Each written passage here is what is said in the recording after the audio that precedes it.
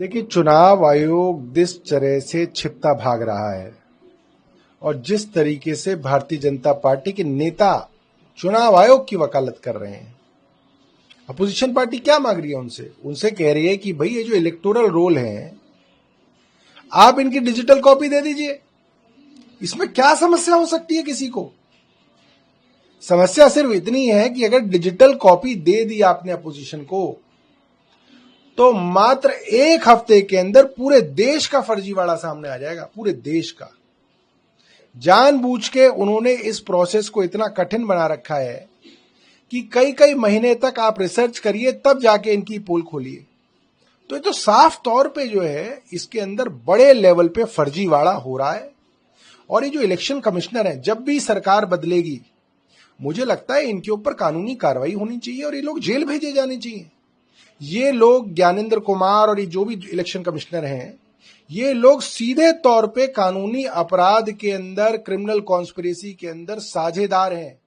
और मैं बता रहा हूं, जब भी सरकार बदलेगी, ये तीनों लोग कानूनी कार्रवाई के तहत जेल में जाएंगे, क्योंकि ये काम ऐसे कर रहे हैं। चुनाव आयोग लगातार जो कर्नाटक की तरफ से इलेक्शन ऑफिसर है उनकी तरफ से लगातार राहुल गांधी को पत्र लिखा जा रहा है कि आप उनसे एक तरह से आप अपने हस्ताक्षर करके जो मैं मुख्य चुनाव आयुक्त ज्ञानेंद्र कुमार जी से कह रहा हूं, मैं कह रहा हूं आम आदमी पार्टी की तरफ से, आप क्यों नहीं हलफनामा देके एक साइन करके कह देते हैं कि दिल्ली चुनाव के अंदर कोई गड़बड़ी नहीं हुई? आप दे दीजिए ना।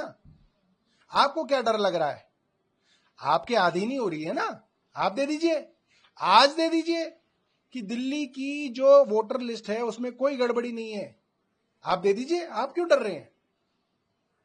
लोकसभा में इनकम टैक्स बिल पास कराया गया बिना किसी वोटिंग के, बिना किसी चर्चा के उसे पास करा दिया। देखिए, ये तो सरकार का पुराना रवैया रहा है। इन्होंने किसानों के खिलाफ काले कानून इसी तरीके से लेके आए। जब जब केंद्र सरकार को ऐसा मौका मिलता है कि देश का ध्यान कहीं और है, तब तब ये बहुत महत्वपूर्ण बिल जो है बिना डिस्कशन के लेके आते हैं, देश के ऊपर थोपते हैं, कई बार तो अध्यादेश लेके आ जाते हैं। कल सुप्रीम कोर्ट का एक ऑर्डर आया स्ट्रे डॉग्स को लेकर, जो लगातार डॉग्स ये शेल्टर होम्स में जितने स्ट्रे डॉग्स है उन्हें भेजा जाना चाहिए।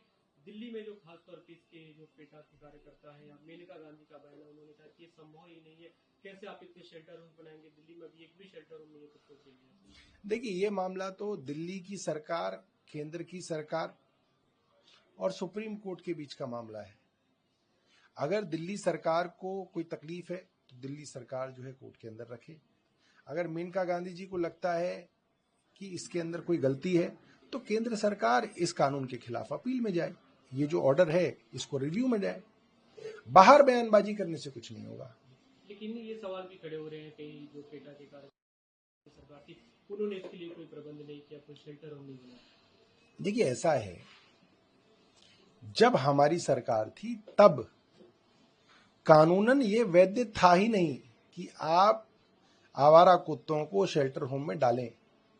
जो देश के कानून थे, जो संसद में बने हुए हैं और उनके जो रूल्स थे, एबीसी रूल्स जिनको कहा जाता है, उसके अंतर्गत सिर्फ और सिर्फ एमसीडी को, दिल्ली सरकार को नहीं, एमसीडी को इनकी वैक्सीनेशन और इन लोगों की जो वो होती है स्टेरिलाइजेशन, उसको करने का प्रावधान था। पिछले 17-18 साल में हमेशा एमसीडी भारतीय जनता पार्टी के पास रही।